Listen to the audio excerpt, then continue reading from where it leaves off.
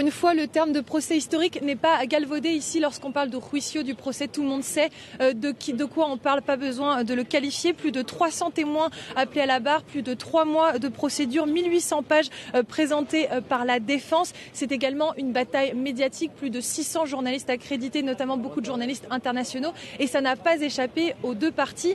Hier, les avocats de la défense donnaient une dernière conférence de presse dans laquelle ils disaient c'est le procès de notre vie. Du côté du ministère de la Justice espagnol, on dit que c'est l'un des procès les plus importants de l'histoire démocratique espagnole. Et puis du côté de la Cour suprême que vous voyez derrière moi et dans laquelle vont être jugés ces anciens leaders, eh bien on dit nous sommes conscients de l'impact médiatique international. C'est un défi pour notre institution, un défi d'autant plus que cette Cour suprême est accusée par certains de partialité, de ne pas être totalement indépendante du pouvoir exécutif. Et ce qui fait débat surtout ici, c'est l'un des délits dont sont accusés les anciens leaders indépendantistes, celui de rébellion pour lequel l'ancien vice-président catalan Oriol Junqueras est notamment accusé est notamment passible de 25 ans de prison. Le délit de rébellion qui suppose un soulèvement par la violence, très contesté par les organisations des droits de l'homme mais également par d'éminents juristes ici en Espagne.